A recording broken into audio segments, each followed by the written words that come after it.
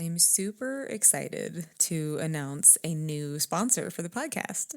The new sponsor is Bowhead, and Bowhead is a lot of apparel, but also prints and stickers, even skateboards. Born off the coast of California, Bowhead brings you art-forward apparel and, like I said, prints and stickers. I love the stickers. It's all inspired by Mother Nature, inspired by surf and skate and tattoo culture. The designs are so cool. They just make me want to move to Santa Cruz immediately. And I love the tagline that Bowhead has, that not everything has to make sense, because I agree. Not everything does make sense. So I think in a world where everyone's wearing the same mass-produced graphics from chain stores, I think it's really cool to get something original, designed by a real human, designed by a small business, a small artist shop. It's one of my favorite ways to support art in our culture, in our world, is to get something from somebody who actually made it and put all that work in, got their web store together, makes the designs, puts it out there. I know from running my old business, Haute Couture, it takes a ton of work, and any way that I can support artists like that, I will continue to do that. So Bowhead, if you want to check it out, you go to bowhead.art and use code THOUGHT15 for 15% off your order. Thought is in all capitals. So I hope you enjoy it, and please help me welcome our new sponsor. Welcome to Thought Experiment Called Life. This is where unconventional thinkers and multi-passionate makers share their journey of creating meaningful lives, built on growth, creativity, and the courage to live on their own terms. I'm Greta, a musician, a martial artist, an herbalist, and a fellow traveler through this mystery we call life. Every other Tuesday, I bring you real conversations with rule breakers and path forgers. Subscribe on Substack for more resources, mindset, tools, and more. I so want to reinforce the idea that you can start anything at any time in your life.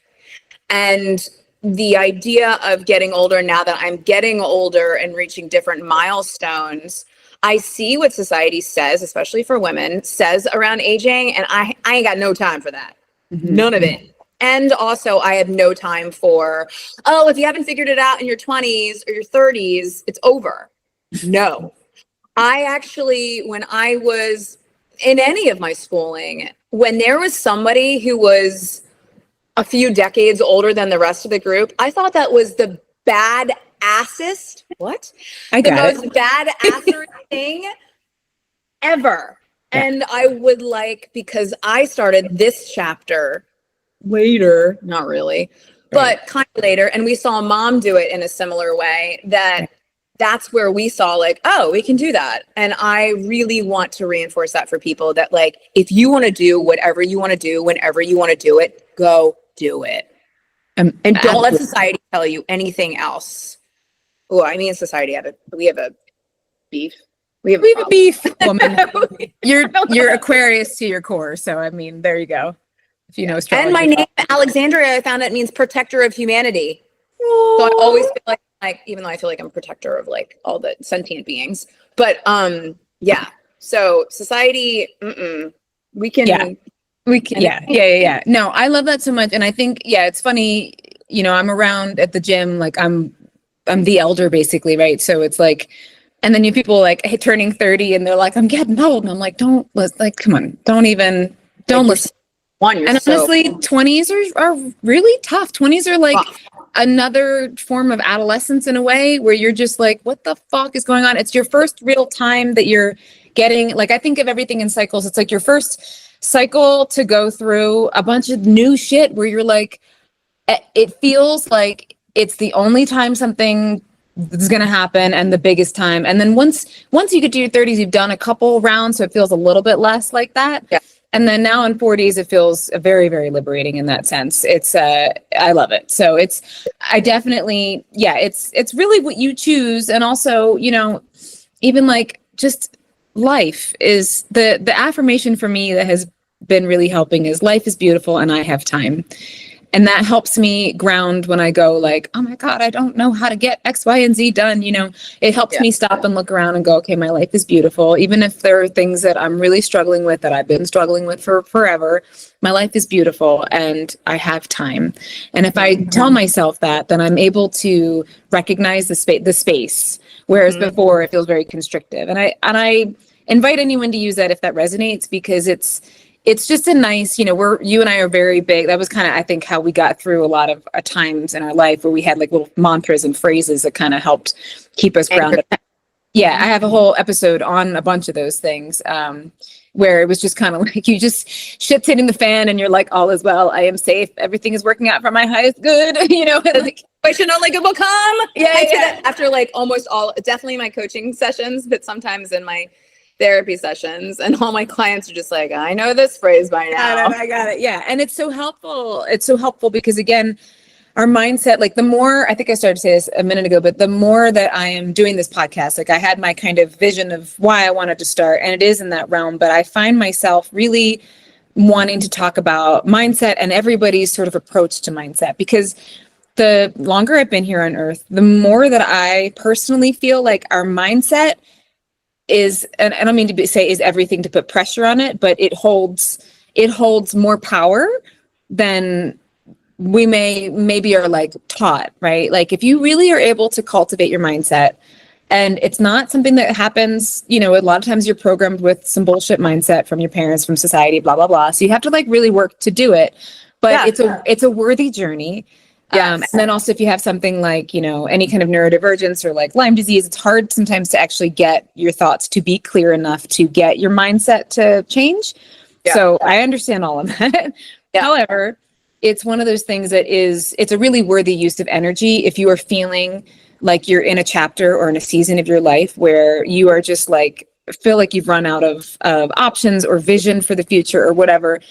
Taking stock of the mindset that's going on, how you're speaking to yourself, the thoughts that kind of naturally arise, how people around you are speaking, and really just taking a moment to reflect on those things, and then finding tools and resources, which I talk about plenty of them, and I know you have them as well. And that's like, I think, such a big part of it. It's kind of like how what's the next like book for your journey? What's the next podcast episode? What's the next teacher? Like I have so many teachers that I love because different times in my life, I want to hear a different voice, maybe say something similar, but tell me a little bit differently. And yeah, and that is like for me, that's how I reprogram things a lot. I listen to a lot of different teachers. I read a lot of different books and teachings and things. And I try to examine things from all different angles, which has helped me be able to just have a much better mindset where I can enjoy my life no matter really what's going on, knock on wood, like, to an extent. If you ask now, most parents of 7 to 14-year-olds are coming in and going, I just want my kid to feel good. I just want my kid to be confident. I just want them to believe in themselves. Yeah, I want them to be faster. Like I want that, but I want them to I want them to have fun. Like I'm actually hearing that more now than I've ever heard before. So the pressure, even though there are parents that are obviously, we call them now, it's not just helicopter, but there are bulldozer parents or snowplow parents that just mow everybody over to get their kids somewhere. But I think when you approach it, you're approaching it from that perspective of helping kids believe in themselves and create self-confidence. And by the way, when I had the training for warriors, that's all adult training. So we trained, the hurricane training was like, you're training them like MMA fighters. They sprint, you do 2 exercises, and it would be category 1 to 5 in hurricanes. And we would do story time with the parents, with the adults, and they would be upset if you didn't do it because they want to feel that. They want to feel what that belief means. When you have people coming to you and going, hey, I got off my antidepressants because of this. I got off high blood pressure medication because of this. And it makes you cry. Like I've had sessions where you're doing strategy sessions with adults and they're like, I can't believe what this has done for me. And the reality is you've set them up for success by believing in them.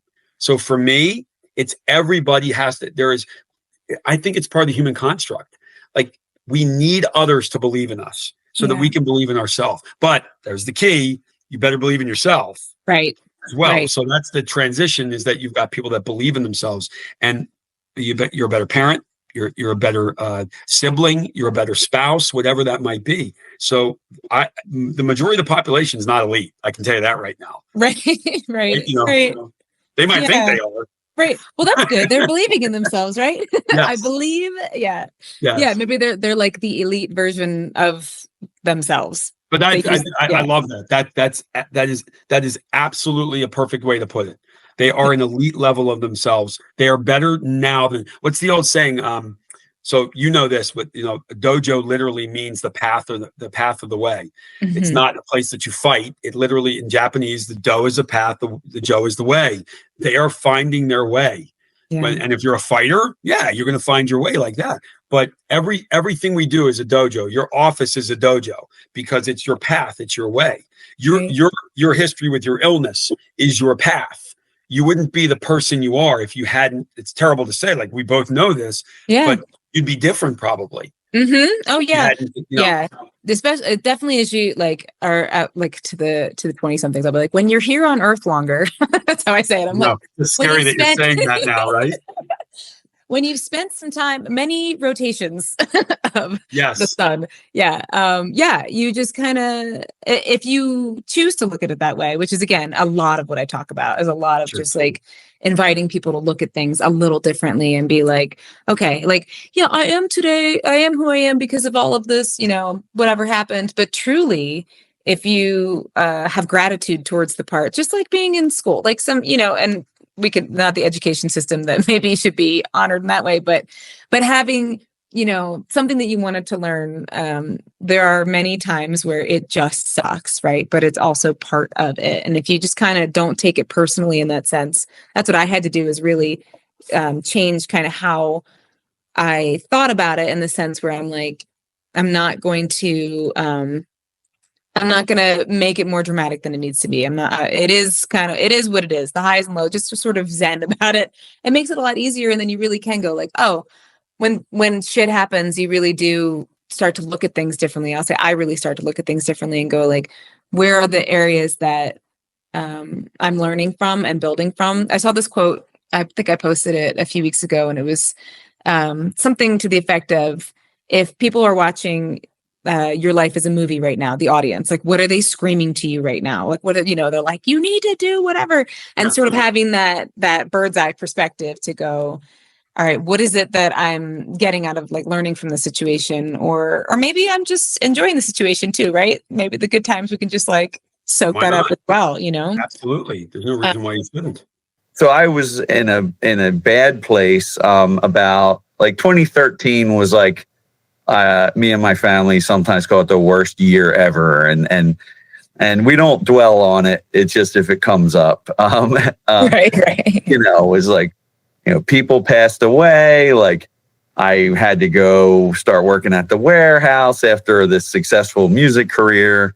And, my wife was waiting a year to get hired to her dream job, and to this day never got it. And, that kind of, it was just this one thing after another. Our son got sick, and it was all this stuff.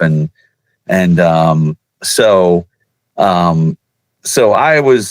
I was sort of in, at work, to be honest, I found ways of enjoying this loading trucks thing that I was learning how to do. And I had loaded band vehicles my whole life, but this was tractor trailers. So, the heavy equipment ever. Yeah. Yeah. And I would say things to the other guys at work, hey, if we hate our job, we're here more than we're home. So we're literally hating our lives. So let's try to enjoy this as much as we can, And, and then eventually they put me in charge of the warehouse because I was way too positive, and they were like, oh, this guy motivates these guys. But it all started, I read it really simple and, whatever thing. It was just, I was really unhappy. So I just started Googling how to be happy, so simple, but that's all I had, And I saw this meme came up in the images when I did that. And it was the key to happiness is to be okay with whatever happens. And I was like, okay. Well, I can totally get that because I was used to like being pretty unhappy when something bad would happen. We had to stay late, or we had something got messed up at work and we had to redo the job. Like, and I was used to that being like, oh, this is the most horrible thing that could ever happen to me. But then I was like, what if I just am like, whatever, like it happened, I'm here, I am getting paid, so let's just keep going, and I started to do that, and that really changed everything for me. As simple as that is, like I just stopped hating everything. Like my mantras used to be like really bad, like just kill me or whatever, like not not completely dark, but more like dark humor, like jaded. Like life sucks, that kind of. That's what I would say up until about 2015, and then I was like, I can't keep being miserable. Like something has to change, and it was by changing my daily thoughts were what turned everything around, and eventually my guys in my warehouse were like, "You're the best boss ever. We're never gonna be able to get another job because you're so fun," and whatever. And I'm like, we're still loading the same damn trucks, we're still taking the trash out of all the offices, and all that stuff. But like, I just wouldn't let it be a bum out anymore. And so that it got to where I really didn't mind that job. Like, it was like, I was like, I could do this forever and I'm not unhappy. But then I was asked to do a few musical things, come and show up at a couple emo nights that they were having in New York City. And then I was asked to talk at a music conference in Colombia.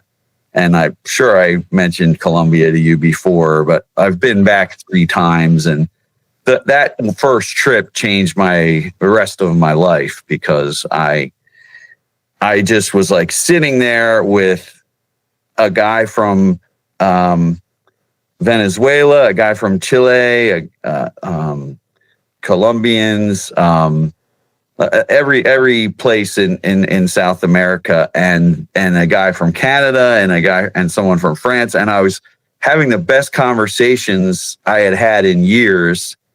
And I was like, how come I'm having more fun talking to these people than anyone I've had at work, who I love all my work people, and I was like, oh, these are music people. Like, this is my tribe, Mm-hmm. And it hit me as soon as that hit me, and I was like, I have to quit my job as soon as I get home.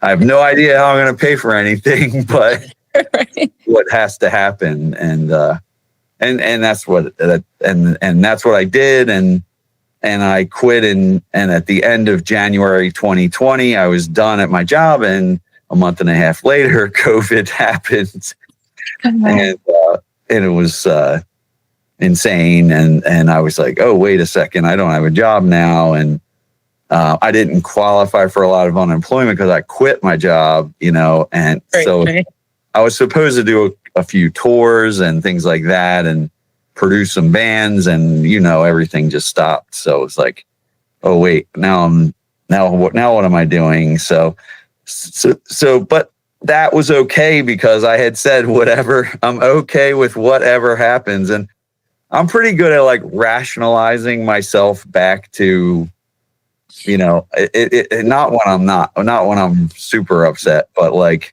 right. I'm like this weird, I look at it in a nerdy way, I feel like, and I just go like, well, I guess I just got to keep doing it. And like, I really don't want to, but I'll go walk today, and go for walks in the woods, 3 times a week. And, I have time for it now. And, I go with a close friend of mine who, lives by himself, and it's his way of getting out of the house, my way of getting out of the house.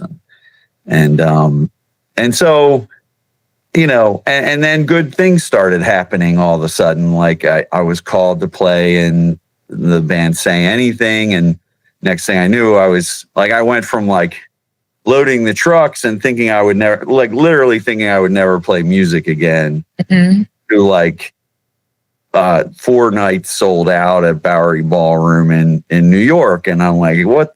You know? That's so awesome. Yeah, it was amazing. And so it's been like, still like, even with that, like the night before the first show, I had a panic attack and had to go lay down in my room while the whole band was here at my house, like, you know, and the crew, we were rehearsing in my studio. And I was like, guys, I can't see right now. And oh no. and I realized I was having a panic attack. But anyway, so it's not all, you know, happy all every day. It's not easy, you know, but like, you know, I was just freaking out because I hadn't played a show like that in so long. I was playing with my own band, The Color Fred, was opening for, and I was opening, and then I was also playing in the headliner. And this one piece of gear was not working that we all needed to use. And I was like, that was what set me over the edge. Yeah. Oh, it's always the gear. It's always the technical. You're just like, I can't. Why? Yeah. So that was, and you know, and then I had to like, eventually, it was funny because we were rehearsing. We were sort of doing Zoom calls before, with the band, rehearsing for the shows, and that band, the singer's in charge and the other guys are, you know, younger, like, we're all just trying to learn all these songs. Like, you know, originally we had to learn like 60 songs and we cut it down to 25, I think, but they were all freaking out. And I was like, guys, we can't freak out and we can't be nervous, or like, we can't have anxiety about this, because if this isn't fun, I'm not going to do it. I was like, the only reason I play music is because I love it. I didn't get to play music for like 8 years. If this is not fun, then these 4 shows will be my last shows and that's it. So please, let's not freak out over this. And you know, that they were freaking out because they thought we had to learn at that point it was 40 songs. And then I said, no, we're not doing that, because I'll just quit. Like, we're going to start with 20. And when we get to that, we can feel like, okay, now we can at least play a show, and then we'll go from there. And so, and ever since then, the band has been really just a fun thing. And we've been on tour the last 3 years, and we're all in a bus together, you know, camping and just, you know, having a blast. And so that's what I try to do with everything. Even if like that band, I'm not the boss, but I was still like, sorry, I'm You're like, I'm making this fun or else, you know. So, I like that threat. This is going to be fun or else. Yeah. I love that so much. Like, are there things, I'm just curious, because like, I definitely, like, we're talking about like mindset and keeping it at the forefront of your mind. Do you listen to certain things or read certain things that help you stay in that mindset? Yes. Yeah, I went through a lot of different phases. A lot of my early how to be happy. I also became obsessed with like the whole alien subject. Yes. And currently doing my own revisit right now. Yes. Yeah. So I got so deep into that I, like, you know, everyone knows Tom DeLonge from Blink-182 is like the alien guy. And I'm like, I'm so deep into this, I could tell you why I disagree with Tom, like why he's wrong about certain things, you know? And he's like talking to CIA or something at the moment. And I'm like, no, he still doesn't get it. Like, but he's one of my long ago friends that, so I was sort of into that. And then it went to, the other dimensions and the idea of the higher self and watch a lot of people's near-death experiences and realize how many of them are similar, and then start to learn, about why certain ones are different because it's sort of a reflection of you. And so though, and I've always gone at it like with the aliens. I'm like, all right, if it just so no one thinks I'm insane, because that's like the whole reason that you can't believe in it, because you'll be crazy. My thing was always like, all right, if I find out tomorrow that it's all not true, then I'm not going to cry about it. I have one thread to like the old me that didn't know about it, and then the rest is like, okay, I'm in, tell me more. And so yeah, I mean, it's super interesting. I think if people find that weird at this point, I find it weird that they find it weird. Like, no, it's interesting. And I know you and I, when I was coming over and taking lessons and stuff too, we would talk about these kinds of things a lot. And just it is good for the brain to be curious. I think it's good for our spirits, and especially if we're creative people, it's good for us to be curious. So, I listen and read and watch all kinds of different things, just because it's like, well, let me see it from that. That's interesting how this person looks at it. That's interesting how this person looks at it. Right now I'm listening to the Gnostic Gospels because I'm just really curious. And, and I also been like really into Taoism because I think that is kind of just how, and that's actually what you're saying too, pretty much, like the flow of like the Wu Wei. You're just like, let me just, yes, go with the vibe, right? Yeah. You're one of the most grounded people that I know, that I've known for a long time. And we come from, let's just say, not the most grounded circle of people. Right. And I've always admired that about you. And I'm curious as to, like, is that just are you always kind of like that? Or are there things that you do to kind of keep, like, when shit hits the fan, how do you kind of regulate and keep yourself grounded and have perspective? I feel like I learned, this is going to get into like a whole new conversation, but Keep it up. It's good. I've noticed that there's so much like drug problems and stuff with people in music and acting and stuff like that. And I honestly feel like it's because they're chasing the dragon, like there's no drug that can recreate like going on stage in Stockholm and 2,000 people are fucking singing words that you wrote in your bedroom when you were 18 back at you. Like that feeling is like euphoric, crazy shit. And I feel like a lot of guys in bands want that feeling all the time. So they chase it with coke or whatever, meth, anything. And I've seen like how fucking dangerous that is. So I just learned to like turn it on and off like a light switch. Like, we just played Punta Cana the other day to fucking couple thousand people. And then I know just when I get home, like I got to take the trash out and do the dishes. Like you have to like, cause it's fucking cool to be in a random island in the Caribbean and have, again, seeing people like that know everything about your band and stuff. And, you have to just be appreciative of that, and then know when to just come home and be a regular guy.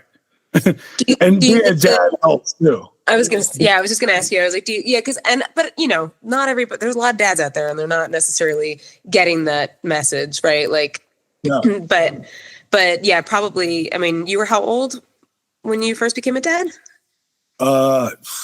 Super young, 27, something like that. Okay. Yeah. Maybe even younger. Yeah, no, about 26, 27, I think. And yeah, that definitely, I think, saved my life because I was definitely going down that path. I moved to LA because, like, you had, especially back then, you had to. Had to, Like, yeah. I got so sick of flying there like every week. I'm like, what the hell am I doing? I got to just move here because everything is happening here.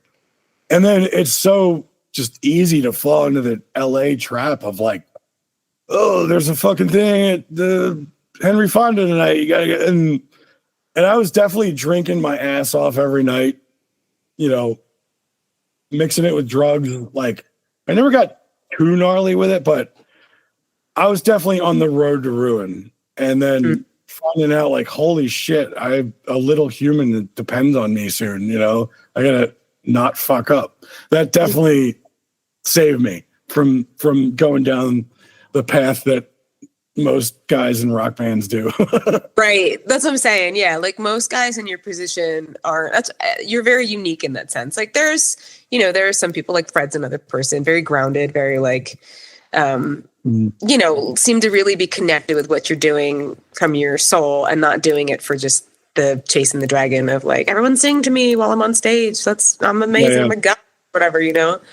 I just have like amazing gratitude that I can still do this after 25 years. And, you know, people still are into what we're doing. And like, I just like, I can't say thank you enough to people that, you know, have followed us for so long and make it so that I could keep doing this without having to get some job, you know, like, and that's another thing. Like, I'm happy with playing, you know, the 700 seater in Philly, you know, like just, we played the fucking TLA in 2000 and we'll probably do it next year. You know, like I'm cool with that. Yeah. I've never tried to chase after playing arenas and stuff. I don't give a fuck. As long as I can make it work and, you know, pay my bills and people that's like another double-edged sword about like I was saying, like CKY doesn't sound like anything. It's like, we don't sound like anything. So we never fit into any kind of genre or trend or anything. Like people don't know what the fuck to do with us when we play festivals. We played the hardcore stage, the rock stage, the metal stage, the punk stage, like, and so that's tricky. But at the same time, we don't sound like anyone else and it's timeless. And that's why I think we're able to be around for 25 plus years. It's a cult audience, you know? Yeah. I can't ever see like, you know, having some fucking radio hit or something. No, your fans are the best. They were back when the Moxie was around, they were very good to us as well. And I a lot of gratitude. Oh yeah. What's really trippy on the last few tours is we've bridged generations now. There's like OG fans bringing their teenagers. Oh my God. That's so fucking cool to see. And sometimes it's reverse. Teenagers bringing their parents, you know? And I mean, I do that. I take my kids to Clutch and then they take me to Pierce the Veil, you know, like. That's awesome. That's awesome. I love that you are committed to the staying positive. And I guess I'm curious how you stay positive. Like, do you have certain, like, I know for me, I try to limit things. I try to know what's going on just enough to know that another COVID is not happening or something. Yeah. And like, if I need to like sign a petition or call or whatever I got to do, and then I got to like make a bubble of I go into nature. I have other teachers that I listen to who help a good mindset. Like, what do you do? So for me, and it's something I'm working on, I'm trying to not come from a place of fear. It's a conversation I've had with my therapist quite a bit. And, you know, instead of like, you know, like, dang, this can happen if I do this, you know, I look, you know, from a fearful place. It's like, man, if this happens, I can learn from this. I can build from this. I can grow from this, right? Instead of being scared of it, you know, embrace it. right? So for me, I'm very big on trying to just embrace whatever comes to me. You know what I'm saying? But yeah, I do have my things that I do. You know what I mean? I'm big on video games. I love video games. You know what I'm saying? So, video games are like, but I'm not a crazy video game player. Like I'm not a, what is it like? Well, I'll play maybe like under an hour a day. You know what I'm saying? Like I'm a very casual gamer. Reasonable consumption. Yeah. Yeah, exactly. And it's just to get my mind, calm, because we take in so much, man. We take in so much information in a day, from social media, TV, people we meet, people that go to work and they got to deal with, what they do at work, or, there's so much information that's coming in. I truly believe everybody needs a healthy outlet to come down, you know what I mean? And reset. The other thing is sleep. Sleep is super important. I used to be a night owl. And I found that it just isn't healthy. You know what I mean? Some of the most successful people sleep at least 6 to 8 hours a night. You know what I'm saying? Yeah. And it's important. And, it's important not to undersleep, and it's important not to oversleep. You know what I'm saying? It's important to stay in that 6 to 8 hour range. You know what I mean? So that's what I aim for. If I don't, I make sure I get a nap in for the day. You know what I'm saying? Because rest is super important for our brains to reset, for us to make smarter decisions, for our emotions to be better controlled. You know what I mean? So it's a lot, and I know it sounds like a lot, but when it becomes a routine and this is how you live, you know what I mean? It's not as bad. You know what I'm saying? No, I think it's beautiful. I think those are really, really good staples, like you said, having an outlet and sleep. And you think of like a baby who needs to sleep and they're just like crying and cranky. And you're like, I see babies sometimes like that. And I'm like, I know. I need a nap. I feel like that on the inside. I'm like, I don't want to feel like that later. No, I think it's important. I think, again, like if you live kind of a different life, right? Like a more unconventional life, or if you live a super like standard where you have a 9 to 5, and those things are not really built in our culture for, we hear like self-care, but it's really just foundational care, right? Even you're saying the therapist, like I'm talking to my therapist later today, like those things are really important. Having, just the kind of environment, right? We've got to create an environment for ourselves, and it is really up to us to create that environment, especially. And we can't always control those things, right? But the biggest piece of it, I think, is when we stay aware of what we need or what is calling out to us in that moment. Maybe we can't get the full 8 hours that we want. Can we at least get 6 and then take a nap later? Let's just be aware that you should schedule that in so that everything else is easier and feels more manageable. It's like, sometimes I think being an adult is just like reparenting yourself. Right? Like figuring out like, how would I handle this if I was a little me right now who needs a nap? Or needs to just like play a game. I know that's why I train. We, my soon-to-be husband and I, we both do jujitsu, and like I teach, and so we both teach, and so the teaching is fun, the training is fun. I always wanted brothers, so I feel like I have like 40 brothers I get to beat up. Dope. That's so cool. That's so cool. So for me, like, we hustle or runs all day long, and then it's like we go train. I put my phone down. You just start with your people, and and it's like, anytime if somebody's listening to this and they're feeling like out of balance with that, like it's figure out where you can play more, whether it is some kind of play. It doesn't have to be structured, but it is so important for us, And it's got to be healthy. We got to remember that too. It's easy to go to alcohol. It's easy to go to drugs or anything like that. And it does feel like a temporary fix, but unfortunately it has a long-term effect. You know what I mean? So, if finding a vice has got to be something that's healthy. You know what I mean? And again, I'm not no saint. You know what I'm saying? I've had periods where I used to drink all the time. You know what I'm saying? And you know what I mean? It's about realizing. I remember, man, it's so funny. I had, because my boy, Budokai in Colorado is a recovering alcoholic. So I remember when I went to visit him, right? It was like no alcohol in the house, right? And I found myself like wanting alcohol. Like I found myself like, yo, I had urges like to, yo, I need a drink, you know? Yeah. And when I realized that, I was like, yo, I have a problem. Like this is crazy. You know what I'm saying? Like I'm craving alcohol.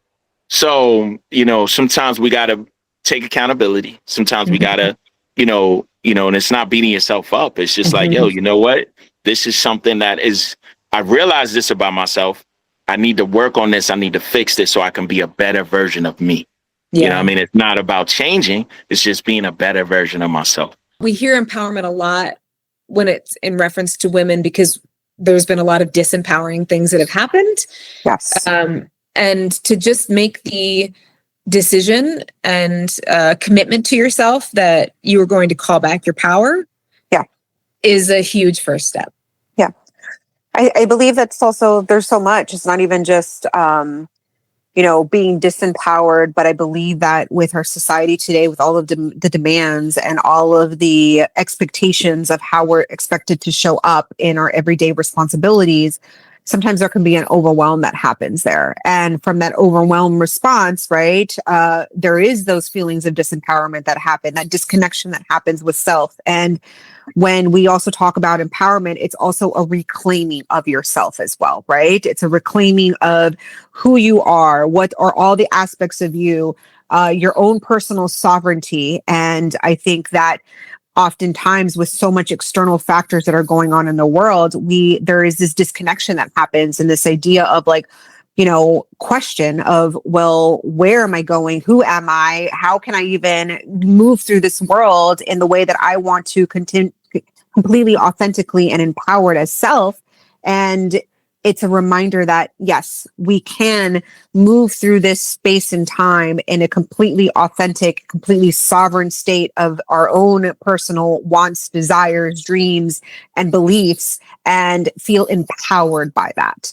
And that's a part of that too, is creating that belief and that realignment of, well, what is it that I want? Because so oftentimes when we think about what do I want, there is this label of selfishness that is put on that, right? And there is a level of selfishness, but it's a level of selfishness that is meant to be looked at. Right? Because it is about the self. We're here to live and walk our own purpose in this world. And so often with all of these external factors is trying to disconnect us from that part of who self actually is. And when we come back to those places of the natural realms of working with herbs, with working with crystals, which are all things that were put here on this earth for us, right? And we have that safe space where we can land and we can just breathe and we can feel again, right? Oftentimes I meet people that don't even know what that is, how they're feeling, because they're so disconnected from the idea of self and body and soul and connecting the mind with self. And it's this place where we come back to the inward parts of ourselves and we really get to explore and we get to be in those spaces and re-empower ourselves from there too. When we're present with ourselves and when we can find gratitude in the day to day and we're not worried about what's to come and we're not harping on the stuff that's in the past, we feel better. And there is a neurological component to that. When we're focused on the future, that's anxiety. And that's the brain trying to figure out all the different outcomes that could emerge for you. And 99% of them will not come to pass. But if your brain feels like it can sit in each one of those moments for a little while, it becomes predictable and known. So it's calming for the nervous system, theoretically, but not in actuality. And the rumination on the past is replaying all the old things. It's like a cycle or a loop that keeps going on repeatedly. And you get stuck in the past and it feels like you can't move forward. And most of us, not everybody, and hopefully not you and I, but sometimes we go into those spaces more readily. Mm-hmm. And when you can just be here, listening to this, hearing the sound of our voices, feeling yourself in a chair or on a walk, Or if you're going for a walk in nature in the mornings and listening to bird song and hearing, animals scurry about, feeling the wind on your face, it makes a difference because it just puts you here. And that is the most calming place for your neurology, for your body, for your energy as a whole. If you could just be present for a little while every day, gratitude makes that so much easier. Your life will be better without having to change anything else. So beautiful and so true. And I think I know for me, I'll say that it was, I felt that I wasn't doing it right? Like, I think that's a common thing. Like, I don't feel like I'm being present correctly a lot. So, or like, I didn't do it long enough today. I felt a moment of it. And the way that I think that I talk to myself, at least, is that I try to just remind myself that, like, even a few of those, like, just even if it's a moment, that moment really is, when we talk about time isn't real, right? That's when I think of that, right? If I find that moment where I'm able just to like get present for even just a fraction of a second, it really shifts everything. And it makes everything else feel like more, there's context for things in a different way. It puts things in perspective. And I know for me, I'm the kind of person who by default would look at things way too close. And this is why I love like animal totems. So I would say I would have mouse vision and I would be like on the ground of the earth. I'm looking at everything so detailed and forgetting that there's a bigger picture. And so that's why I love the birds of prey and the birds in general. They remind me to look at things from farther away and really get that expanded vision. And that really, even if that's just a second, and hopefully I, try to get there a couple times, but it's enough. I feel like, and would you agree with that? Yeah. And this is funny that we're having this conversation because I'm actually in the process of writing another book. Ooh. And I know it's not the right time to do anything because it's Mercury retrograde, but I love a challenge. Yes. And my agent was like, give me some chapters yesterday. So I've been writing furiously for like the past week. And yesterday I kind of finished up my chapter 1 and I have a whole section in it about how sometimes we as people are looking at things too close up, kind of like looking at a painting, but your nose is up against it. Yep. And it's when you get a bird's eye view, when you can stand back from it, and you can see the entire painting that you go, oh, duh, there it is. And it makes total sense. Yes. I love that so much. Part of my like mission here, and it's self-serving for sure, but I know there's other people out there who want to hear from people who followed their path. I know I get inundated with stories. It's like, I just like committed to my dreams. And then like, I did some, meditations and I'm blocked or whatever. And then now it just happened, right? Like it just, everything fell into place. And there are times where things fall into place. But they're like, at least in my experience, right? You get like some breadcrumbs of like, okay, you're going the right direction. Things are moving. And maybe this is from being a martial artist, but I know for me, a lot of times the blocks that I run into, the walls that I run into are more, I tend to interpret them more as something to get stronger and get more skill, like develop the skills about, and unless it really feels like a wall. And that can be a little tough sometimes to decipher. When is it like, do not go this way? And when is it like I always think of things like video games, like you need a few more things to pass this level, right? Like you need to collect a few more, whatever. And you were sort of saying that about in the beginning when, you went to pursue this path, and it's like, okay, it's hard no matter what. You have a lot of expectations there. And yeah, like it probably, how long did it kind of take for things to get into a groove where you went, okay, I think we're still building, but like we got to the first like landing or whatever. Yeah. I mean, in some ways I'm still there. I mean, to be honest, like, it's because I think, when you really care about something and you're passionate about it, there's always this drive to kind of want to do more, touch more people, that kind of thing. And so there's always behind that, beside it, whatever, there's always this like, okay, but, should I push this way? Should I push that way? Should I fall back a little bit? Am I doing too much? Am I not doing enough? I think when you really care about something, you're constantly questioning the best ways of going about it, I don't doubt myself. I mean, I probably do this at some point, but it's not about doubting myself. It's about wondering if I'm doing things in the best way right now, you know? And so probably like initially it probably was a good 2 or 3 years before I felt like, not that this was a good decision, but this was a decision that I'm going to be able to turn into something real, you know? And I'm seeing like the fruits of labor here, and we're touching people's lives. And, you know, you start to get, it takes a while before you have the opportunity to have enough people come through that then can come back to you at some point with a story about how you affected, you know, their lives, no matter how small it was, or it may seem. It was a big deal for them to come and tell you about it, you know? And so those kinds of things take time to kind of accumulate. And once that starts, for me, once that started happening, it was like, okay, this is why I started this. And this is, I feel like I'm doing the right things and moving in the right direction. That's an amazing marker. I love that. You know, I think that's been like kind of one of my things that carries me through in terms of, I forget what like the actual saying is, but like to touch a life in general is I think it's an Emerson quote. My mom had it in our house, but it was a whole thing. But basically the point of it was if you've touched a life, then you have succeeded. I think just so much of the work that I've, like the internal work that I've done this past year is dealing with fear. And I didn't realize that fear was such a big motivator in my life. And on paper, I do really scary things all the time. I fight people, and I like kind of crazy sports, and I travel by myself. Like, I do a lot of things that on paper are kind of scary, but so many of the decisions that I've made surrounding like my lifestyle and my person have been motivated by fear, and I want to control everything. And so acknowledging that I'm afraid, acknowledging that I can't control everything, like the perfectionist, the brave perfectionist in me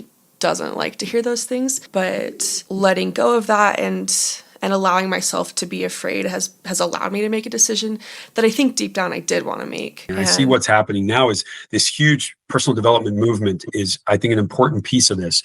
But it's not just, you know, us watching like our other people's podcasts and doing all these different things. It's us investing time and energy into our own development and our own growth.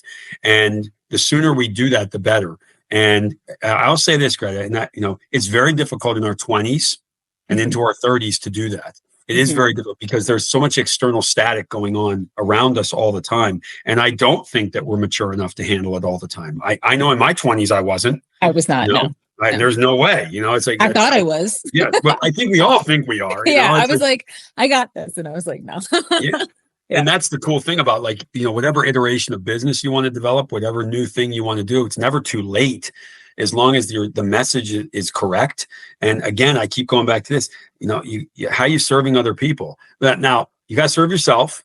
I mean, you got to do that because there are people that will serve others and then they will not, they're falling apart as they do it because they don't serve themselves. So I really believe that for me, the top 3 things, and people may not disagree with, may not agree with this order. I think it's health, relationships, and then career. Career is a distant third, and it really is. Because if you're not healthy, you're in big trouble. And if you're not healthy, your relationships fall apart. If you don't pay attention to relationships, everything falls apart. And careers last. And it's unfortunate that a lot of people, it's the other way around. They go career, then they go, and then in a distant second and third are relationships and health, which it blows me away. And like, you get it. When you have a health crisis that's chronic, you know exactly what I'm talking about and how it does affect relationships so greatly. So, you know, that's where I think our society is. But I do think there's a reset. I do think people are rebuilding kind of their foundations, which is so important. The other thing that I find often when we're talking about like fear and anxiety is that like we create these like hurdles of fear and anxiety in front of us. And what our acceptance commitment therapy says, our brains are storytelling machines. And so our brain's going to be really good at trying to protect us in an upside down way from going over that hurdle, right? Mm-hmm. And so we have this horrible story of what's going to happen. And I think that the percentage right now is 91.2% of the things that we worry about never come true. And when people actually go over the thing that scares them over that hurdle and they look back, they're like, oh, that wasn't that bad at all. And to remember those moments for like, this is going to be fucking scary, but if I can get over this, historically, it's always been, oh my God, my brain told me something so much scarier than it happened. And I did it. And so, yeah, I think that all of these things are important. Yeah, I think exactly. Like, and I think especially as people become, this is why I wanted to kind of harp on this part, because I think I see so much, like, from when we started doing all of our energy and spirituality and all of that, and like those who came before us, right, who really paved the way for us to be able to get into it. And then now here we are. And our culture has gotten somewhat more compassionate in some senses. There's like circles of like, I shall hold space for you. I'm a safe space.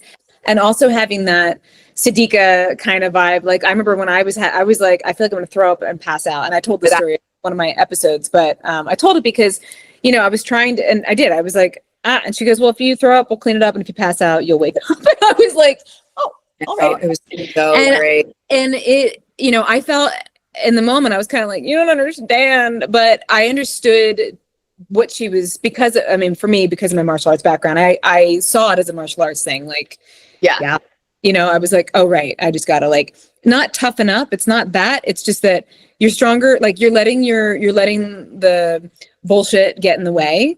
And, and we'll know if there's a real scenario that needs to like be addressed, but like, that's not it, you know? And I think what I'm trying to articulate is that as we become more compassionate and safe spaces for each other, and this kind of mindset of like highly sensitive, or sorry, as I'm highly sensitively feeling this hair just in my, it was just like, it's still there. All right. Resiliency. I shall not pay attention to it. It's fine. So, you know, as we learn how to have that other side of things, also helping each other maintain our strength and resiliency in those moments. So it's like being the friend in our community, let's just say, like our friends and all of that, as we show up, to also reflect back to them, like, you got this though. Like, yes, this is really overstimulating and I'm here for you, and we'll figure out however to help you like do that. And if you need like quite whatever, but like, don't let it stop you from the thing that is calling you, because the world, there's so much bullshit out there that will try to get in your way in that sense. And you know, some days it does, and that's fine. And then some days you're like, I'm going to just keep going. And I think that that's the evolution that kind of was missing. Like, that's where I love to think of it that way, at least, that, you know, before we grew up in a society and culture where it was just like, especially go and do it, you know, like fucking, and then now I see a lot more like gentler, like vibes coming through. And I hope to see those two come together, because if it's too gentle, then you're just like protecting bubble. Don't ruin my vibe.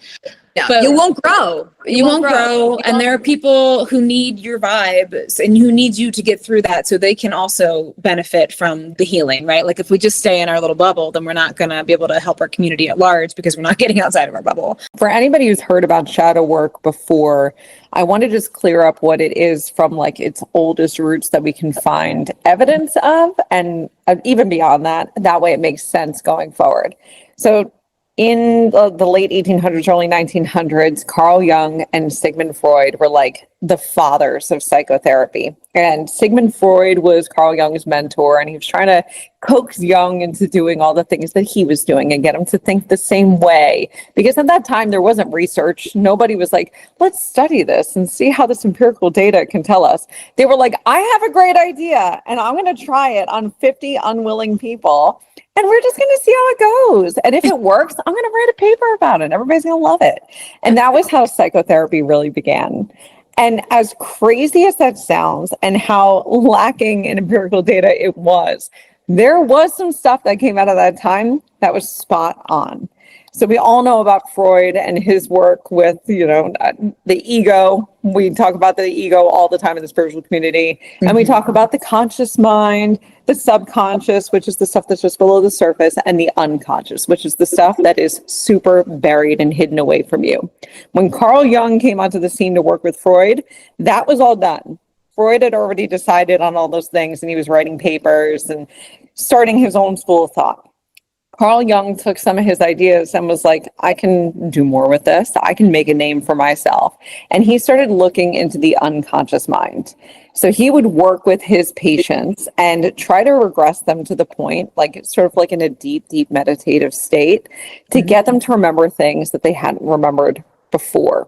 So he was doing that, and he called the unconscious mind the shadow. That was his rebrand so that he could slap his name on something. Nice. And then shadow work was the process of doing that deep meditative work to get them to remember things they'd forgotten. And during those sessions, things would come up that clients were like, I don't remember that ever happening to me. And then they'd talk to their older siblings or their mom and dad and siblings were like, you don't remember like drowning in the lake and like so-and-so got you out of there? Yeah, that absolutely happened. Wow. So he was getting enough feedback from people that it was like, oh my God, I fact checked this and this is legit, that he started running with these concepts. So now in 2025, the psychotherapy community has rebranded shadow work again, and they've called it something else, but they're actually doing research around it. There's a section of psychotherapy called internal family systems. Sounds super friendly. Yeah. And there's a piece of it called parts work, and parts work is shadow work. And during that, what they're doing is they're regressing people to the point where they can bring up those repressed memories through theta brainwave state and watch as we break down the system within your mind, because we can break down old neural pathways, which is like the ways you see the world. And when it's done in that capacity, your eyes are open. And what the therapist is looking for is to see your eyes start to vibrate. Because when they do that, it actually means an old neural pathway in the brain is breaking down. So they're looking for this.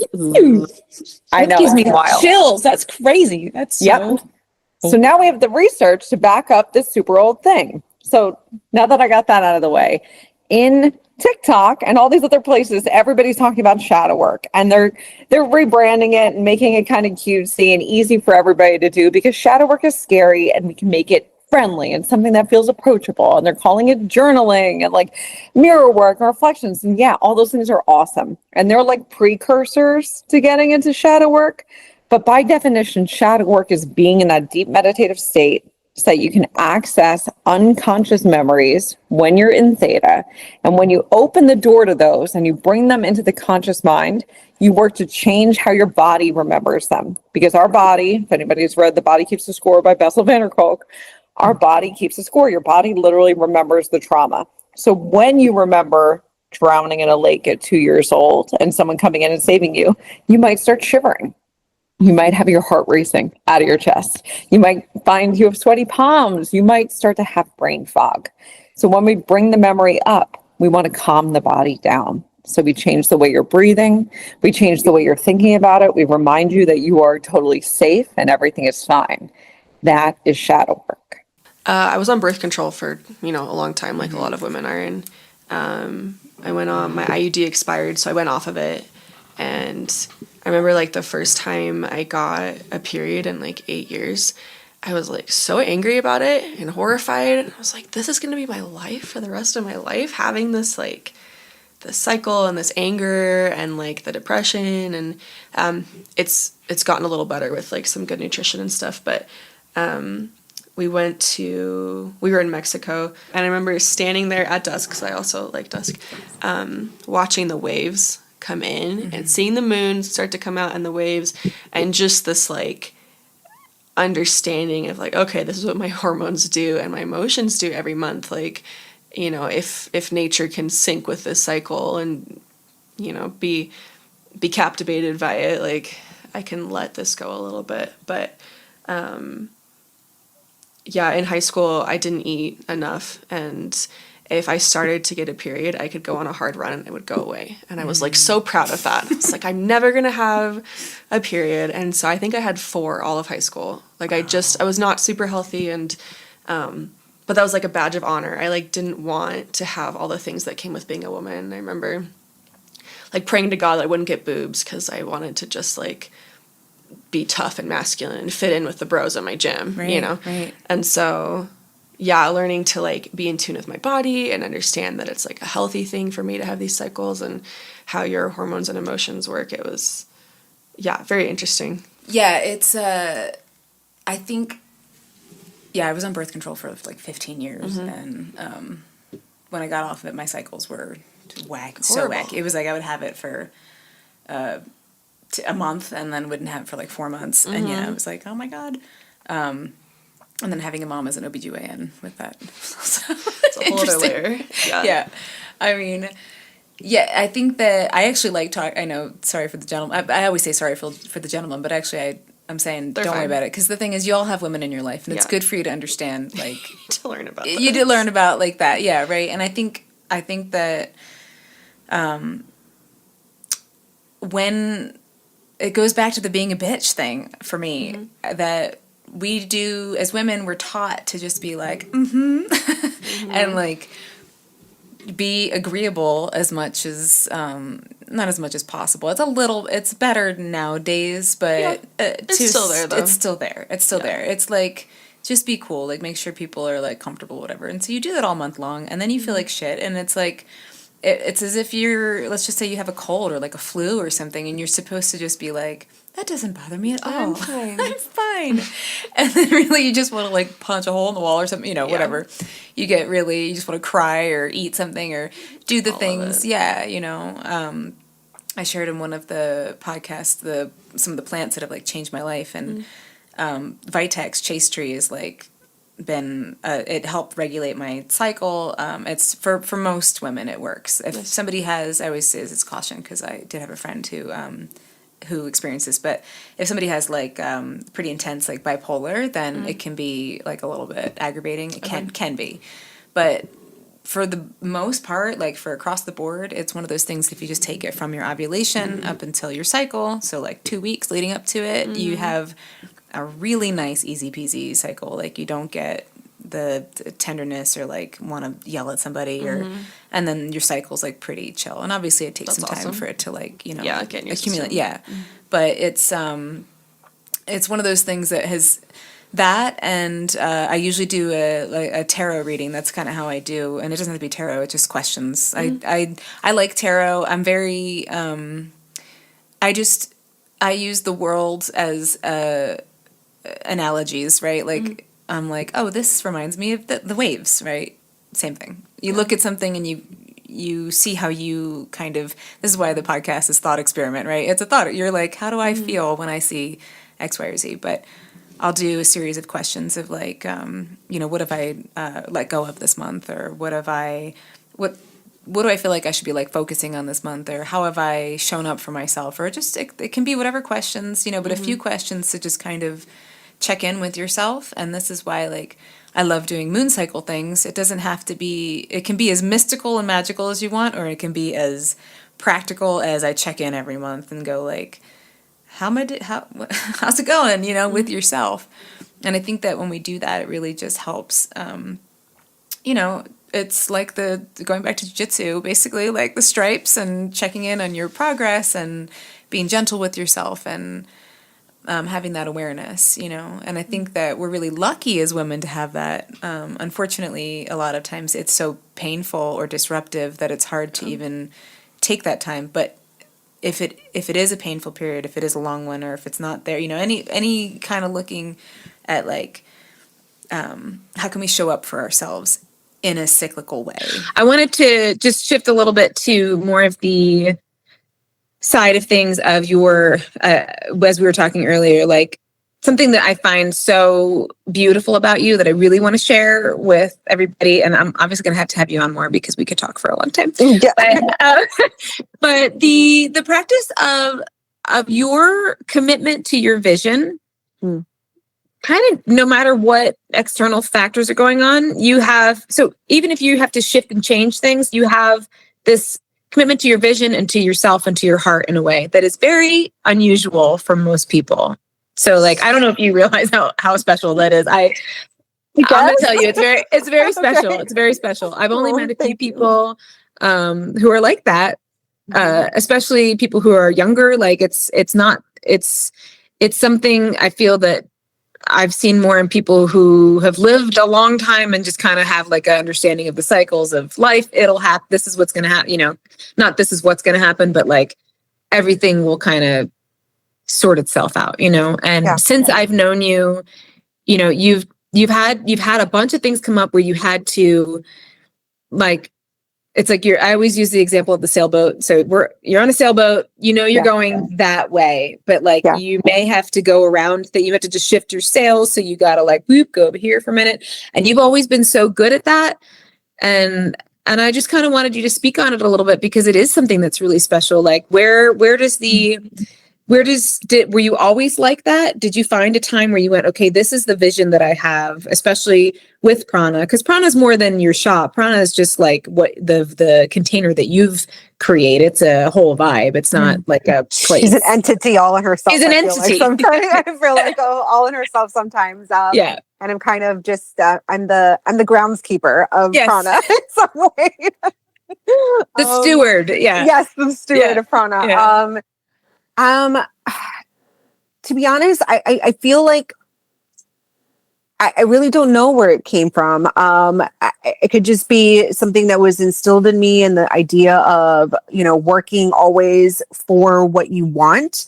I was very lucky that my mother, she was always the individual that was like, you can do whatever it is that you want to do when you put your mind to it. And so I'm very grateful for that, because she did give me that space to know that if we put our minds to and our belief in something and we work towards that something, we have the power and capacity within ourselves to create that. And so for her, I'm very grateful because she did instill that in me. I think also too, there is this level within me that says, you know, I'm a visionary. You know, that could be the Aquarius side of me. And then also I'm a Pisces rising. So it's all about, you know, this dream state and cultivating something that's outside of the regular norm. That makes total sense. I think I think, you know, you're saying you have one thing that's really notable is that you are looking at challenges as part of the path, which I think is something that could be modeled for our society in general. I think a lot of times people see the challenge comes up and it's like, and I do think I've talked about this with a couple of people where sometimes we do have to go, okay, is this challenge a wall or is it a hurdle? You know, and you gotta like, but what you're also saying is that you're very mindful of the process. You're staying mindful of your path as you go. Yeah. And a lot of times we set a goal, maybe when we're younger, we set this goal, we're as clear as we can be at that time. We start going that way. Things start happening. And if you're not staying present with your goal, you might not have realized how it's shifted so that the universe and God, whatever's trying to like, hey, did you check this? Do you still want to do it this way? And sometimes those things come up where we have to stop and go, is this still the way that I want to go? Is this still the path? Is it part of the path or is it like on the way, you know? So being mindful of that and allowing yourself to have the ability to reflect on what it is you actually want to still do. Yeah. So I'm hearing that so much too. Yeah. I mean, you're very mindful with your practice and committed to it. And I think that is a testament to the way that you look at things, right? Like to be able to stay present as life changes and reevaluate goals, because just because we make a goal or have a dream in our heart and all of those things, if you find yourself wanting to do it differently or not do it at all, like those, sometimes I think it helps to hear somebody say like, hey, you actually don't have to do that thing anymore. You could do it differently if you want, you know, and you're allowed to change your mind. Now, yes, if you're changing your mind like every 3 months, maybe you want to like you change your underwear. Yeah. No. Yeah. You might want to like ground in a little bit more than that and give it more of a chance to grow. But, you know, sometimes you have a couple changes and then you settle on the thing that you're like, all right, this is the goal. But it takes that mindfulness and reflection. And I think for me, it was more of like, what feels right in my heart, right? I want to live a life where I can say at the end of the day, I follow the pursuit of my own happiness, right? I follow the pursuit of what my joy is, no matter how much the challenge may have been in that pursuit. But sometimes challenges, we look at it like it's an overwhelming thing and a thing that we're like, oh, I don't want to do it. And like, if it's too much of a challenge, then I'm going to like let go of this idea and this dream and F it. Right. And for me, it's more like, yes, but there's a challenge because there's always a sacrifice, right? There's a level of sacrifice that we need to put into whatever container it is that we're looking to fill up. Right. And I'm like, I am so grateful that the challenges that I have are expressions of hard work and sacrifice that I need to create the life that I want to lead. And maybe that's a part of the drive, is like this sacrifice that I'm doing right now, these challenges that I'm encountering, they're all to create the space of the thing that I ultimately want for my life. And yeah, there might be wrenches that are thrown into that, but I look at those wrenches as opportunities of growth. Right? Because that's really what they are. They're lessons for us. They're lessons of growth. They're opportunities for us to understand, where is my weakness in this moment in time? What is the thing that I need to learn about myself here in this challenge? Right? Because I'm a very firm believer that everything that the universe throws at us, it's meant for a reason or a purpose. And usually for that purpose is something to teach us for ourselves, and then also how we show up, not only for self, but then also for others, right? How am I growing here for my own personal self and container and sovereignty, but then also the container that I'm creating out there into the world? And so I feel like I look at those things and I'm like, this is just giving me more leverage, I guess you could say, to continue that pursuit, right? I don't know. I don't know. I don't know if I it's love something that. just completely authentic or what, or I feel like we all have the capacity and the ability to do that. It's just this understanding of like, yeah, it does require a level of sacrifice. It requires a level of commitment. It also requires a level of continuing to look back on and continuing to reassess, right? Is this really where I want to go? What about this is that I'm not liking? And then if there are things about this that, yes, I do like and bring me joy, then let's try to, feed on that and make that bigger. And how is it that there are things in there that no longer fit into this container? Well, how can I filter out those things that no longer fit into that container and then reinforce the container into something that I do want it to look like, and something that is fully foundational and structured in a way that does feel good for me, right? Does that make sense? What are some things that your parents taught you, or like gave room for you guys to like just really be who you are, that you have passed along with your kiddos? Or have you like taken what kind of some lessons from them and tweaked it? Or have you been like, you know what, I don't know if I would do anything like you guys did it. This is what I do instead. I definitely ripped a page out of Phil and Ape's book. Like, they encouraged whatever we were into. My dad would drive Bam to a skate park 3 hours away. He'd take off work if it was like an important contest.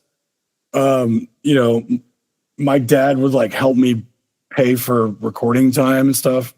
So yeah, I try to do that with my kids, whatever they're into. I encourage them to be into, because that old saying, like, you never work a day in your life if you like what you do. And there's people I know that are rich as fuck and miserable as hell. They're making like fucking huge salaries, but they can't stand their job. So I said, yeah, whatever you enjoy doing, like, get really good at it so that people want to hire you to do it, whatever it is. And that usually works out. I think something I like to talk a lot about with people is the decision making, like how to listen to your intuition as you're navigating this, right? Kind of when to know when you're going the right direction, and a lot of times I think that people come up across challenges and it might be confusing as to when they need to overcome that challenge or when it's like a detour. You know, I Okay. don't know if you Okay. have any, I like hearing different people's perspective on that, because I think everybody has a little bit of a different take with that. Yeah. I mean, absolutely. I think for me, it's give it your full effort. I always believe in that. Give it your full effort. Even if it doesn't feel like it's going right, do it a few times. It's kind of like a TV show, right? Like they always say, at least give it 5 episodes, right? You might not like it the first episode or 2, but give it 5 episodes. You never know, right? It's like the same thing, man. You know, I give it at least 5 tries, or I don't want to say 5 tries, but I get it a decent amount of tries, right? And if it doesn't feel right, if it doesn't feel like there's any growth, then it's time to take a new approach. You know what I'm saying? And that might not, I'm not saying that's the right or wrong answer. I'm just saying that's just been my approach. You know what I'm saying? But I also believe in learning from others. I'm big on learning from others. Like I'm not the hard-headed type was like, I need to learn the hard way. No, I don't want to learn the hard way. You know what I'm saying? Like if I seen somebody else, be productive, go on a certain path, then I'm gonna study that person and I'm gonna see what they did to go down that path and be successful. You know what I'm saying? And then I'll add my own twist. You know what I'm saying? Because everybody has their own personality. Everybody is their own individual. You know what I'm saying? So I'm big on learning from others, observing others, and still making it my own. You know what I mean? I'm very, very big on that. And then also at the same time, I'm big on being me. We all are special. We are all, unique. And I truly believe that I'm unique. I believe you're unique.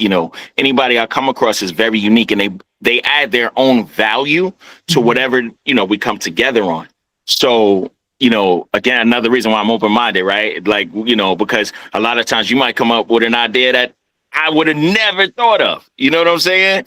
So I'm very big on embracing my uniqueness and my individuality. You know what I'm saying? For anything. So if I come up with an idea and I feel good about it, I'm gonna write it down and I'm gonna pursue it. And like I said, I'm gonna give it a few tries.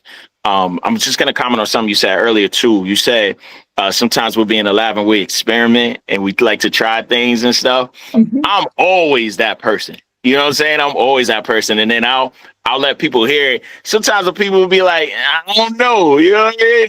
But I don't always listen to that because it's me. You know what I mean?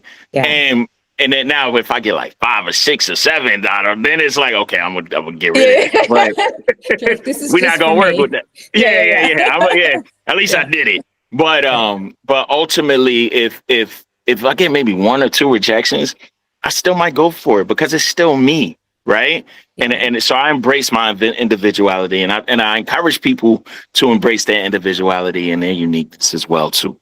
If I can't control what's happening internally, my own emotions, when I'm dealing with a problem or a potential problem, then there's no way I'm going to be able to control what the external variables are, right? So I'm really big on understanding the catalyst for what makes us react in certain ways and what makes our body do certain things. Because if I don't, then all the physical skill sets on the planet are not going to help me if I'm falling apart on the inside, and then that's manifesting itself outwardly. So I'm big on that kind of stuff, and I really wish I could see that.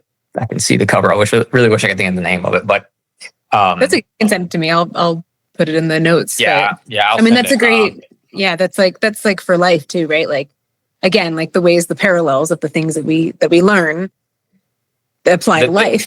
The thing that I tell my students probably daily is whether it's jiu-jitsu or wrestling or self-defense or whatever, when it comes to, because we're big on problem solving, I want them to be able to figure out what to do without me having to necessarily tell them every time this is what's going to happen, because I'm not going to be there for like they need to figure it out. And it's never going to look exactly the way we map it out, So if one thing doesn't really line up, I want you to be able to problem solve and figure it out. And so like if it's jiu-jitsu or if it's clinch fighting or whatever, one of the things that I constantly tell people is like, look, face your problems.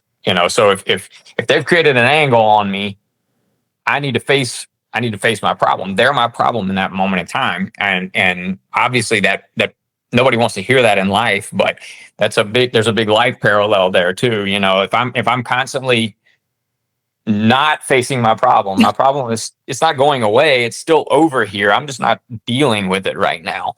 Right. So, right. you know, I mean, for jujitsu, it's a perfect example, and it's something that people can see quite readily. If somebody's passing my guard and they're moving to side control or knee on belly or whatever, and I go to face away from them, I'm going to be in big trouble real fast. You know? Right. And so it's an easy thing to see and feel and visualize in jujitsu and clinch fighting as well.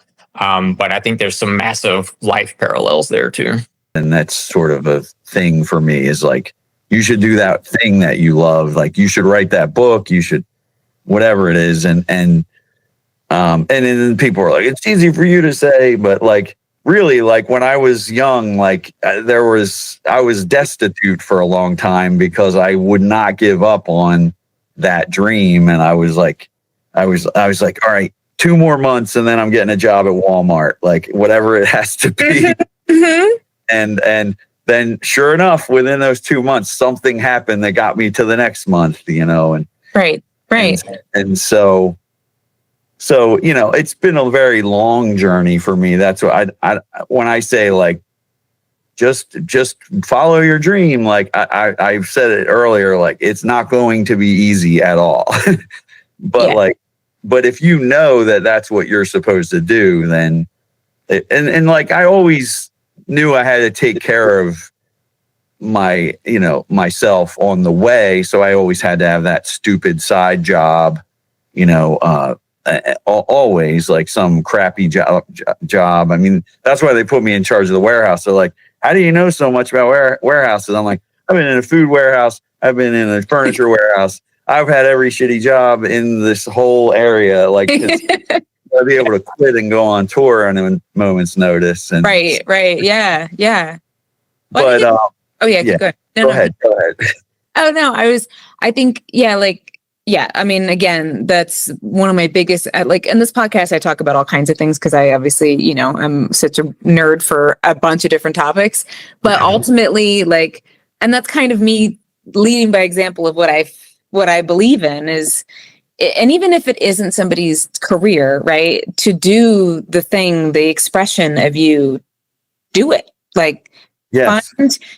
And it doesn't have to be the most fantastical thing that's ever happened. Just pay a little bit of devotion to that calling that's within you, right? You know, there's a piece of that, and I think that's honestly what makes me devoted to doing this, especially at this time, is because people are inundated with all of the things that are happening in the world that are just so much. And I don't post about things really anymore because I feel like we have enough of that going on. I do the things that I know that I feel like I'm doing in the world, right? Like if I'm, you know, whatever the action steps you can take, but to remind people about that thing, like our creativity, whatever, like you said, if it's knitting, if it's skateboarding, if it's cooking, it doesn't matter, right? Like I love teaching, and that is a creative, you know, too, right? But I never would have thought about it like that.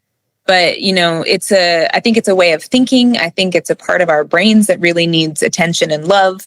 And when we're all stressed out about the world and although these things are happening, you know, they're not always happening in front of us, right? So we have to have that separation of like the things that we can do, but the things that are not in front of us, the well-being of the people of the world, right? And then the things that are right in front of us. It is so important for us to contribute with our energy from our passions, right? So whatever that is, it's like that's your contribution to this world. That's the thing that was placed inside of you. And even if it's not your career, and that's the other thing, like people get like, I want to make, again, the 6 figures with my knitting company or whatever. And okay, maybe, I mean, I did well with haute couture with my jewelry, but it was a hustle and I did not have a chance to do what music was calling. That was really what I wanted to do.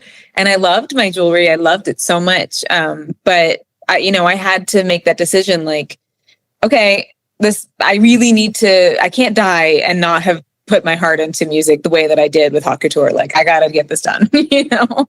Yes, 100%.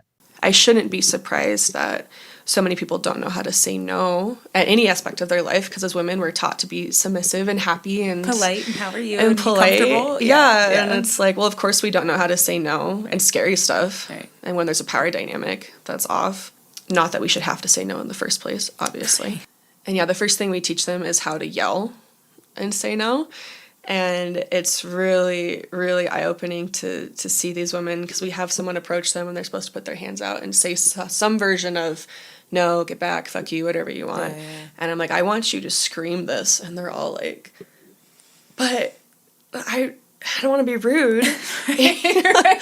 Right? No, I want you to be as rude as you can be. Be mean. Like, it's okay to be mean. I had someone approach me in a parking lot one time, and it was like really late at night. I was walking out of like King Soopers to my car, and I'm walking in my car, and this young guy like starts walking really fast towards me across the parking lot. And I like get my car door open, and he's like right at my car door, and I should have gotten in the car and slammed it, but I felt bad because he was trying to pitch me on selling me something.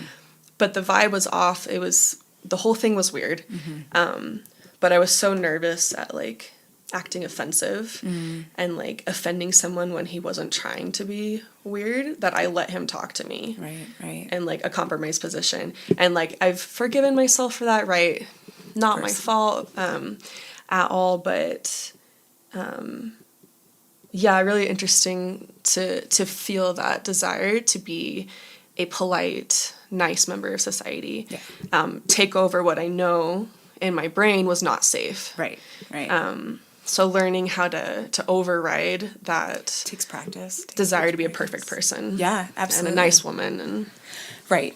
I don't want to be a bitch, but I should be. Right. I wrote a paper for my Krav Black Belt, and it was "What a Bitch." Yeah. Yes. It was do you know the book The Gift of Fear? Okay. Yeah, I've read it. Yeah. So I think I had just read the book, whatever, and I was like, yes, like it was so much.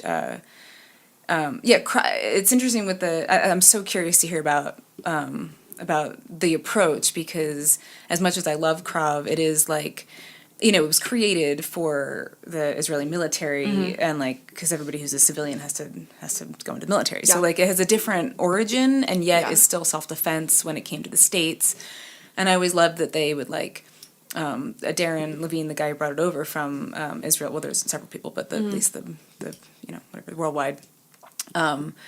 Was a ADA in LA, so he was actually had access to all of the footage that was happening of people being attacked, but mostly training with dudes who are thinking about dude-centered attack kind of things, right? And Ernie, my instructor, and then his wife Anne, who I want to have on at some point, because you would love talking to her about. She teaches self-defense constantly. Like that's like her mission, and she's just like powerful. And the conversations that we've had about this specifically, you know, when it comes to women, is really like, of course, there's the side of being able to just fight, right? Right. So like getting that spirit for just, you know, I look at a lot, I see like either jujitsu, self-defense, Instagram things, or other self-defense, and you're just like, but ultimately, right? Like we can, if we love to train and we want to keep training and we want to be like a little ninja, like great. But if you don't have that desire to do that, to spend that time, it's not fun to you, but you want to stay safe. It's like literally you just need to fight, right? Like have that. However, for women, it's not, I mean, of course there are so many attacks that happen from strangers, but like the conversation, exactly. The conversation is like, so much skipping the fact of just like you said, like the boundaries. That's why I love that boundary setting, because there's a disconnect between that, right? Like I've trained forever, and yet I've been in very emotionally abusive relationships. I was pretty much just lucky I found emotionally abusive instead of physical abusive, you know? I am not trying to say that flippantly. That's just kind of, you know, the mindset. I very much understand that mindset of not setting the boundaries, and being, you know, having all these martial arts skills and yet just getting like pummeled emotionally because I didn't know how to set those boundaries. And I've seen it in the physical abuse sense, where like that's, you know, that's the work of the cultural side of things, of the relationships that we have, the way that we show up for each other and our friends to help identify. As I was, there's like Instagram, like friendships, female friendships are like usually identifying the narcissists in your life or the red flags, right? Yeah, you're like, for sure. you're like, that's not. Don't be with that person. Yeah, that's really unhealthy behavior, and it's hard to talk about those things, especially if you are, perceived as a strong woman. It's hard to be. And like doing things well. I'll say for me, it was hard for me to acknowledge like just how extremely unhealthy of an environment that I lived in for so long, and the things that I would allow, and not know I didn't have the skills or the awareness to know that it was even unhealthy. I didn't know what was completely fucked up until I was out, really. And I was like, oh, this. Well, yeah, if you're not taught that, like,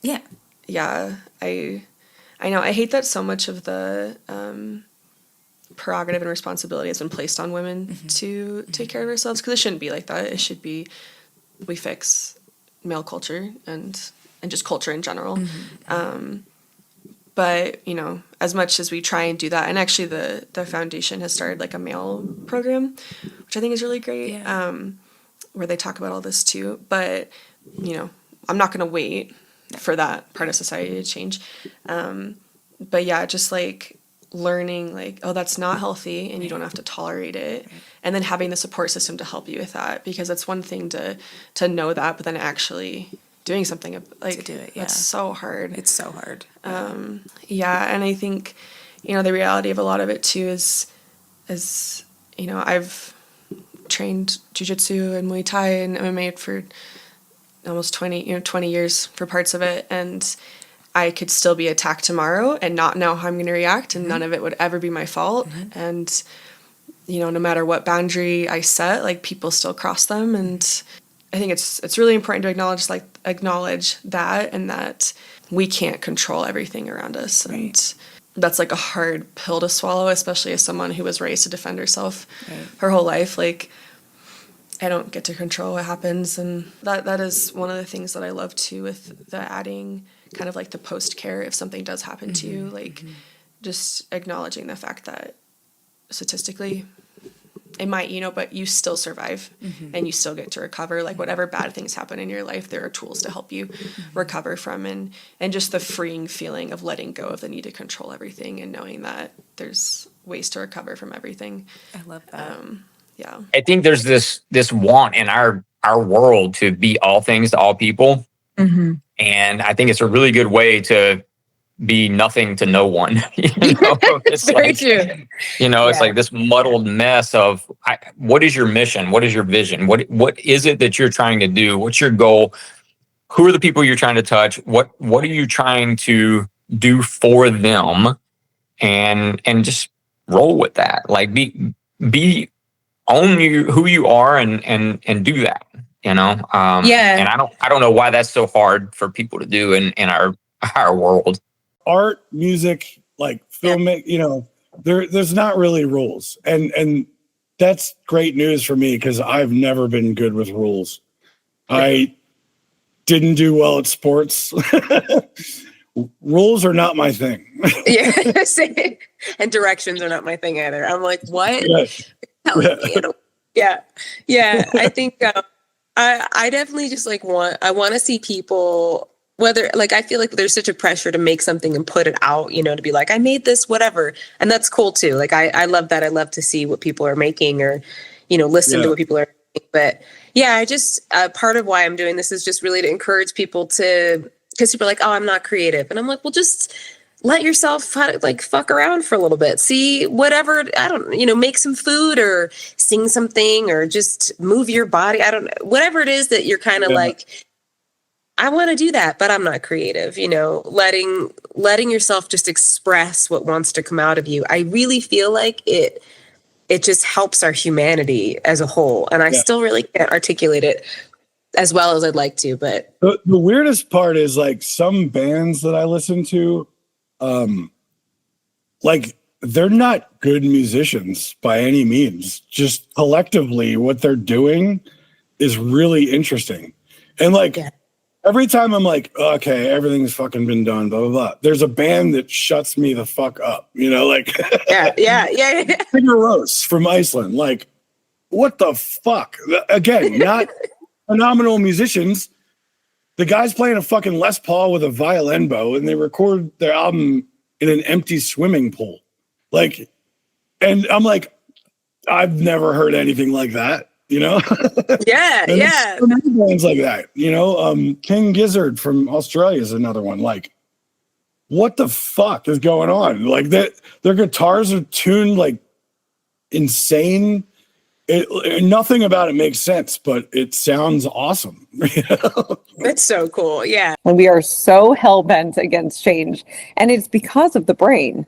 The brain likes running us at our status quo. It likes keeping us in the same place as much as possible, because if we do predictable things, we get predictable outcomes. And when we do things that are outside of the brain's comfort zone, there's no roadmap for what that's going to look like and the impact it will have on our entire neurological system. So the brain sends out warning signs and trying to get us to move away from the scary unknown things. And when we have those intuitive hits to do something bigger, to try something unconventional, the brain is not considering whether or not it's better for you. The brain is considering whether or not there is a known pathway. So when you've done shadow work or neurological work of any kind, whether it's like the somatic stuff, if it's Kundalini, if it's a ton of Reiki, if it's all your journaling, whatever it is, when the brain sends out those warning signs, you've done enough work on yourself to have the warning sign come in at a lesser degree, where it feels like it's like kind of giving you a scolding, but it's not screaming at you. And you can talk back to yourself and kind of go, I hear you, but I'm going to do this anyway. So yeah, right. I think all these healing modalities can help with that massively. Mm-hmm. And I think the generation of people who are coming up now are going to have a much easier time with that, because I feel like millennials are so traumatized. There's so much that's happened.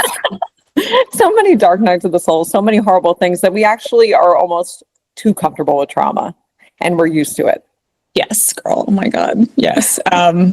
I mean, that's especially coming from you and all your expertise. It's really nice to hear you say that. It's very validating. And I'm sure people listen and you're like, you know what? Thanks. I really just needed that to be acknowledged. I think and I think societally speaking, everybody, we see so much happening right now. And yeah, it's like everybody is really going through it. And it's kind of unspoken in a lot of ways. And we're all just putting out little social media things like, are you guys good? Yeah. How's everyone? Okay. Yeah. And I mean, the amount, personally, the amount of growth from, all the things that I've experienced in my life and having chronic health issues and stuff like that really shifted my life path as well. And then all of the world. But like you said, I wouldn't wish it on anybody. And I'm grateful. I'm so grateful. I'm somebody that I'm proud of, and somebody that I can trust myself to show up for myself even when things get really tough. And that wasn't something that I started with. And I think that's the invitation, right?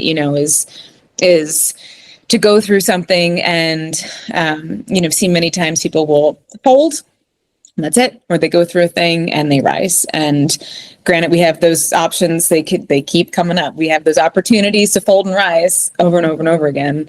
But I find when we take the constructs of life out and just go to the meaning of life, I really love Viktor Frankl so much. And when I was going through the hardest times, and granted, I was for sure using some of this just to cope with things I shouldn't be coping with. However, it did teach me a way of thinking that also helped me to find joy and presence in my life. And really it was, if nothing changes, right? If I can't change anything about my circumstances, this is before my relationship now, but my, relationship, my home, my life, my everything, whatever, my health, everything, how can I find meaning and happiness and some joy in this? How can I find that, because there is a way to find it. It's not going to look what I what I thought it would look like.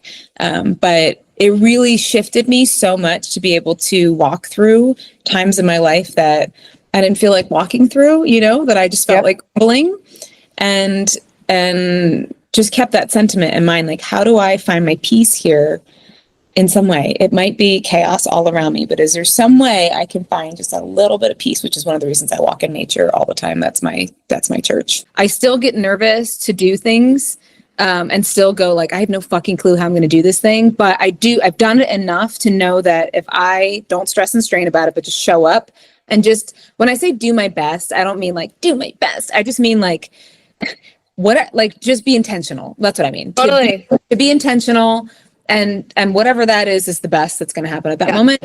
And I'm almost always, I'm surprising myself and things work out better than they did, or, it's not as scary. It's like so much more easeful. It takes that pressure off. And also, funny happens. Like, I feel like some of the stuff I've done, like the scary things I've done, like the funniest, weirdest, goofiest story comes from it. Yes. Yeah. And I wouldn't be, I wouldn't be who I am had I not said yes to things that scared the shit out of me. Yeah. Well, I mean, we live in a society that I don't know where I read this, but like, we're basically like floating heads at this point. We are so detached from our bodies that physical, and me, like I've always hated working out. I'm like, it's so dumb. But I went with a friend to Pilates and I was like, this is terrible. And it has been life-changing and brought me back into my body. And, the body keeps the score for a lot of trauma. So doing physical activities can be really helpful for the release of trauma, the release of just excess energy. If you're ADHD, like it can just getting to know your body, since we're not taught to know our bodies. Like we literally are just floating heads. Yeah. That there's just so much benefit to that. And training, like you said, going to Pilates, like same thing with training I'm such a huge advocate in obviously martial arts, but things like Pilates, something that makes you have to dig deep in a way that is is building. If you have the right community around you that helps you, like Kundalini was a good example too. If you've got the right teachers who can take you to the place you don't want to, it's like little ego deaths. So you're just going through little ego deaths, and you're just totally, like, so I would love to go back and take with her again. She was an incredible, what was her name? She was an incredible teacher. Sadika Salter. Yeah, she was. She helped me, especially during that time. Like I was so sick with Lyme disease when we did that. And I was like, I don't want to be outside of this bubble. And truth, I was not ready to be pushed outside of the bubble, but she reminded me, because I hadn't been training at all for that time. And she reminded me of my strength. And I was like, oh, right. I'm like, I used to kick some ass. I'm going to fucking go do that. So, when we have those ego deaths, right, it just really helps shift things back into perspective. And whether you're doing martial arts or something physical is really important, I think, for those things. Because again, we're talking about, especially if you're like us and you're like super esoteric, right, and existential, you need something to physically ground you back down. And and again, obviously being in nature is a huge part of that. And also in nature, you can get real flirtatious real quick. If you're like us,